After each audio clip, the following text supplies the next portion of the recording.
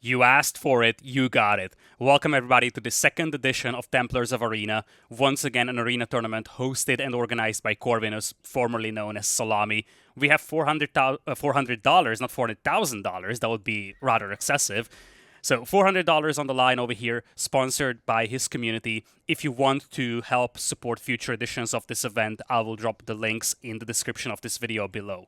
So if you're unfamiliar with this game mode, this is basically kind of like a micro war setup where you buy units with the food that you're given and then you battle it out. First team to get to 5 points will win this round. We have Wam and Puppy facing off against MarineLord and Beasty. This is the second round of the tournament already. And we are going to have HRE and Delhi over here for Beasty and MarineLord facing off against the Ottomans and the Mongols.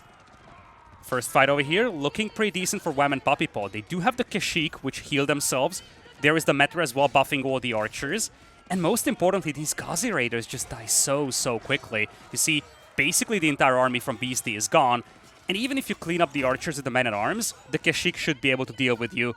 It's a swift cleanup over here for Wam and Puppy, and they will be the first team on the scoreboard. So, when you look at these civilizations here, Ottomans, Mongols, it's a combination that has been very popular in the second half of the first edition for this tournament. And the idea is that you get the Khan for free with the Mongols, that's your civilization bonus in this game mode, and you get a free Meter for the Ottomans. Those buff units, especially with the Khan also providing the Kurultai aura in this game mode, is a combination which gives an insane buff to the entire army of yours, and it's actually difficult to deal with. I'm curious how the HRE plus Delhi will match up against this one. Now, the bonus that you get for the HRE is that you can have the Minework Palace available. Beast is going to use that to grab marching drills. Actually, beg your pardon, that's MarineLord. And Beasty looks like he is going to grab some techs. It's actually very heavily tech-focused. You see he's grabbing all these upgrades, mixing in a couple of Ghazi Raiders as well. A Mangonel is on the field here for Wam, but I feel like you just can't use this well here. Beasty should have no trouble sniping this. Here come the Ghazi Raiders. A couple of Janissaries have been mixed in. Those are great against the cavalry, but they're glass cannon. They just die so quickly. Beast is going to snipe them down and then deal with the Mangonel. I feel like this is why I hated the setup that we had over here for Wam and Puppy. Although, yeah, MarineLord is just going to clean up the man-at-arms here. Quick cleanup here for MarineLord and Beasty. The thing I hated with this Mangonel for Wam and Puppy is that it's expensive. And when you don't have the troops to protect it with, the enemy can just snipe it very quickly. Like, basically, Beasty could have sniped that Mangonel in the very first moment. He opted to deal with the Janissaries first, because the Janissaries were the biggest threat to his cavalry, but he could have dealt with the Mangonel first if he wanted to. This is a big win, by the way, for MarineLord and Beasty. Don't forget, Beasty went for a lot of technologies here. He went for limited army, yet they were still able to secure this round. Crossbow focus now coming in for Wam. This time around, he is going to have something to deal with the heavy cavalry, if that's the direction that Beasty or MarineLord go for. And again, a Mangonel has been added. And oh, this is interesting. Beasty is going to have a lot of men-at-arms over here. He's going for heavy maces. That should be dealt with the crossbows. Actually, I'm confusing Beasty and MarineLord all the time. This is MarineLord going for the men-at-arms.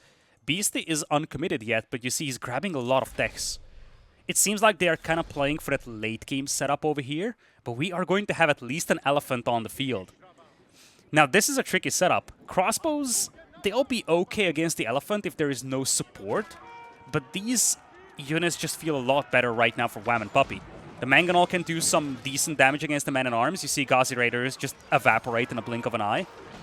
And then there's the Mangonel getting some good shots on the Tower Elephant as well. And as long as this meat shield is there for Puppy, there's just no way that they can get to the Mangonel. There is no way that they can deal with these crossbows. And indeed, this should be a swift cleanup. Even without the men-at-arms, the crossbows should be able to deal with this. Second point will be on the board for Wam and Puppy. But don't forget, we have seen Beasty for 2 consecutive rounds focusing on techs rather than units. So he's playing for that mid to late game in this game mode. And I think this is the moment where he's going to start really leveraging that. In the meantime, I was told I need to be more sellout, so if you're still here, if you're still watching, and you enjoy the content, I greatly appreciate if you subscribe to the channel, because there will be some more arena videos coming out in the near future. Anyway, back to the game. We have men-at-arms and crossbows once again. This is a combo that Wam and Puppy love, and they've been riding this composition in the previous edition of the tournament as well. On the other side, Gazi Raiders and Landsknechte this time around. Now, this is a risky call for MarineLord. Landsknechte can work if you have a good meat shield to accompany them. They are devastating in this melee, and crossbows will struggle against them quite badly, but I just feel like, especially with the support of the Mangonels, you can still deal with them. Springald is out there for Beasty and MarineLord, who will get rid of the Mangonel. Landsknecht is still doing something, but you see, as Wam and Puppy retreat, they can just pick off the Landsknecht from a distance, and indeed, this should be a big cleanup. Now, one thing that's interesting to highlight here is that compared to the previous edition of the tournament, the arena in the middle is bigger. So it's much more difficult to catch up to armies that just do this hit-and-run style gameplay. So the Landsknechte, which are very fragile, and they're just building on that melee damage output, they will struggle more than they did in the previous edition of the tournament. They just simply cannot catch up to these forces constantly retreating. In the previous edition, you could just pin the enemy against the forest and then just massacre them with the Landsknechte. I don't think that's going to work in this edition. It's a 3-1 lead now for Wam and Puppy. This is one of those positions where they often opt to just go for heavy tech plays, and that's exactly what we're seeing. Basically, in the army, Wam and Puppy opt to just forfeit this round essentially, but grab some crucial techs. Big thing, though, is that Beasty and MarineLord also opted to just go Imperial, and they would just go for techs as well. This is a funny round. You see, this is a quick win for Wam and Puppy because Beasty and MarineLord opted to go for 0 units. Frankly, if Beasty went for like 1 Lancer or something, they would have won this round because Wam and Puppy also had like a Villager and a Scout or something. Anyway, this puts Wam and Puppy into map point here. From now on, this is a must-win for Beasty and MarineLord, and it's going to be full Spearman from MarineLord and heavy Siege from Beasty. They love this comp. They've played this numerous times in the previous edition. And one of the remarkable things in that was how well MarineLord was able to protect Beasty's Siege, and at the same time, how well Beasty positioned his Siege so that it's very difficult to access it. So that teamwork worked wonders in the previous edition of the tournament. This time around, there will be 2 Springolds out there for Wam and Puppy, and there's also going to be a Raboldic win. Crossbows and men-at-arms once again is the composition of choice. It really comes down to these Mangonels from Beasty. Springolds will trade shots. Beasty still keeps his own Springolds alive, though. Here comes the charge. Mangonels cannot really get some good volleys on the men-at-arms, though. And this is a big problem for Beasty and MarineLord. Men-at-arms will slay the infantry, and the Mangonels will be taken down as well. Puppy and Wam will secure game number 1 in this best of 3 in a 5-1 fashion. Dominant it is. Felt like this men-at-arms plus crossbow composition buffed by the Matter and the Khan is just something that Beasty and MarineLord had no answers to. At least not with the civilizations that they had available for this game.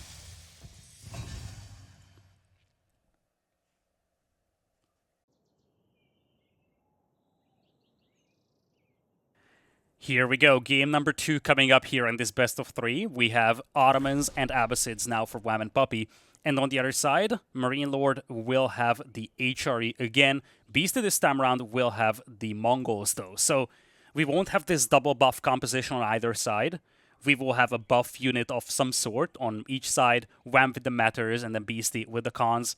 Generally speaking, the Khan is probably the better of the two. It's something that's going to give the Kurultai buff, which gives you the attack speed, but it also gives you the healing. Whereas for Wam, the big issue I have with the Matter is that it's very easy to snipe. You see, the Matter is 150. Actually, never mind. I'm confusing units. Matter for now is 160 HP, Khan only 115. But as the game progresses, the Khan is actually going to get sturdier than the Matter. So in the long run, the Khan is going to work better than the Matter. Quick strike over here from Beasty and MarineLord. Wam and Puppy opted to just kind of skip this round here. Went for some techs. Beasty and MarineLord went for the armies, so they are the first ones on the board. And it's going to be Castle Age for both teams now. So both teams opted to go for the Castle Age tech up. And it's going to be Beasty and MarineLord who just go for the full techs now. You see, barely any commitment to armies. Wam and Puppy will be committing to army here, or are they? They're still contemplating their options here. Beasty and MarineLord just go for the heavy techs over here. You see, Beasty wants to go for siege in the long run. He's grabbing the Mangonel tech. And then MarineLord wants to play into infantry, specifically men-at-arms, and they just put a single villager on the field so they have something in case the opponent skips it. Wam and Puppy also go for some techs, but it looks like they will commit to army here. At the end of the day, this is going to mean a point on the board here for Wam and Puppy. This poor villager. Oh, man. There we go. There's the con. Will be taken down as well. You see, Beasty and MarineLord aren't even bothering with this. They probably just use this window to discuss some additional strategy for the upcoming round, as we head into round number 3 with an even scoreline. Beasty and MarineLord opted to go for heavy techs in the previous round, so this is where they need to capitalize on that. This is where they need to start getting some army on the field. Beasty's going to go heavy crossbows, and I think we are going to see men-at-arms from MarineLord, kind of trying to mimic the composition that they faced in the previous game. And on the other side, it's going to be archers and men-at-arms supported by a single mangonel. Now, the Ottoman men-at-arms will be inferior to the HRE ones, but those Abbasid archers, especially with composite bows, I don't know if... do we have composite bows? I'm going to try to find it real quickly. Yeah, I think we have composite bows, right? So, those Abbasid archers, especially when you buff them with the Meteor Aura as well, they just fire so quickly, and they can pick off those crossbows rather swiftly. Big fight coming up here. Springald will focus down the Mangonel. This is a key piece of utility here for Beasty and MarineLord. Mangonel pulling back, though, and the Springald is just chasing, running into the men-at-arms over here. Springald will be taken down, but not before he gets rid of the Mangonel. Still, though, men-at-arms will be fighting off the opposing men-at-arms. Archers focus down all the crossbows. Looks like MarineLord and Beasty will have the upper hand, though. Really, those crossbows couldn't get rid of all these men-at-arms, and they just massacred the ones coming from the Ottomans. It's going to be a point on the board now for Beasty and MarineLord off the back of the HRE men-at-arms. It's actually just the one men-at-army left stand. Actually, oh, I'm confusing colors. Never mind. I confused colors for a brief moment. I thought red and orange are together, but irregardless. It's archers against men-at-arms. This is going to be a cleanup, and Beasty and MarineLord will be on the board with the second point. It's a little confusing, I'm not gonna lie, when you have all these warm colors. It would be so much better if you had, let's say, blue and green versus red and yellow or something, but anyway. Second point on the board for Beasty and MarineLord. It's going to be quite a few techs coming in for them. On the other side, it's just going to be heavy unit focus. Also a lot of anti-cavalry coming in here from Wam. We have seen this kind of approach being pretty effective with the Ottomans, in which the Ottoman player goes heavily into the Janissaries as like a super heavy counter to cavalry, and then the other player either goes for like heavy crossbows or maybe heavy archers with the Abbasids over here. On the other side, we will have men-at-arms and crossbows, though. So similar round to the previous one. Once again, I feel like I like this composition a lot better for Beasty and MarineLord, especially because they have two mangonels, as opposed to just having one on the side of Wam and Puppy. Not a single Springald on either side. Mangonels. First volley will miss. There is the Mangonel crawling in from Puppy as well. A lot of damage taken over here on the Mangonels of Beasty, but he gets a volley out. Second volley coming in as well. Beautiful shots on those archers, and the men-at-arms will just keep forcing them back. This time around, Puppy does have a decent amount of crossbows to focus on the men-at-arms, but they constantly have to retreat because of these Mangonels here, and they are just kind of getting cornered at this point. Numbers are still looking decent, but the crossbows will be gone, and once the crossbows are gone for Wam, these men-at-arms, they just don't have a natural predator. Beasty and MarineLord will secure round number 4 over here. A crucial round this is. It moves them to a 2-point advantage, and this is essentially their final game in the winner's bracket if they end up losing this. So crawling closer to that 5-point margin is quite critical for their survival in the winner's bracket. A radical shift in unit composition is coming in here for Wam and Puppy, opting to go for heavy spears and Sipahis. Now, this is a super unit-heavy composition here. You see, basically no techs, just massive numbers. We'll be looking at almost 100 units on the field here. It's actually just 80, but still, compared to what Beasty and MarineLord want to put on the field, it's going to be dominant. Although, at this point, it looks like Beasty is going to focus on techs, but this composition from Wam and Puppy should dominate Beasty's forces. Yeah, it's just... Well, actually, Beasty went for 2 mangonels. In the end, it looks like he committed to quite a bit of a siege.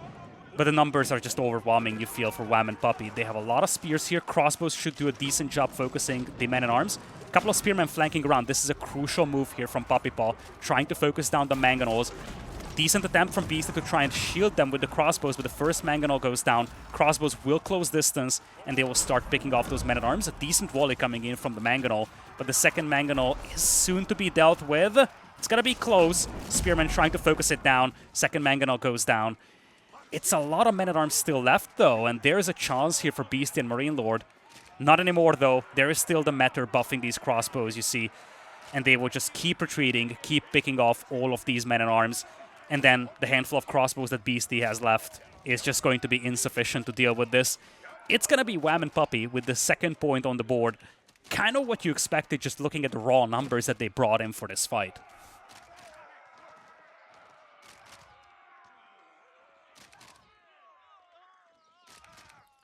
We are approaching Imperial Age, and don't forget, this is where the Khan is going to get a little bit more relevant. It's going to get a lot tankier now, Imp coming in for both sides.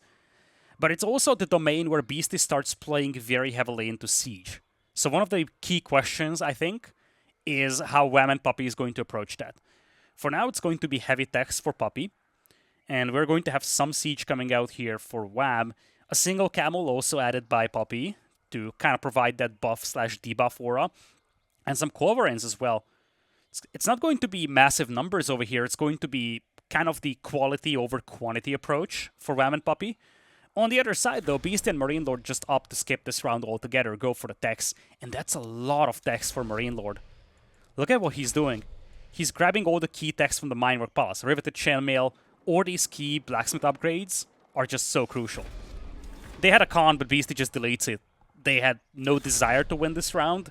They had no chance of winning this round against those numbers, so there's no point trying to kind of be the micro god and hope to win in a scenario that you cannot win.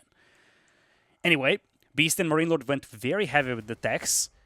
Why is this called Cathedral of St. Thomas? This is actually a bug. This is supposed to be the Kaganet Palace. I don't know why it's called Cathedral of St. Thomas, but this is one of the new things in the new version of this game mode that you get for the Mongols. You can use the Kaganet Palace over here, and you can also get Nest of Bees from it. I'm actually curious if Beast is gonna go for that. As I'm saying that, he will. He will go for the Nest of Bees. 7 Nest of Bees, supported by 3 Culverins, and on the other side, the only piece of anti-siege you have is a couple of Springolds. Now that's a lot of Nest of Bees. Not a lot of units to protect them in melee, though. So those first volleys are going to be crucial. Springolds do get a nice volley out there, get rid of one of the Culverins. Here come the Spearmen from multiple directions. Good wraparound by Wam and Puppy, though. Nest of Bees getting some good damage done, but the Spearmen surround the Nest of Bees so quickly, and a lot of them will go down. These Abbasid Spearmen have extra range, making it so much easier to access the Nest of Bees, and this is a slaughter. This is a slaughter. It's actually way more one-sided than I anticipated it to be. Those Spearmen just dealt with the Nest of Bees so quickly, and now Wam and Puppy take the lead.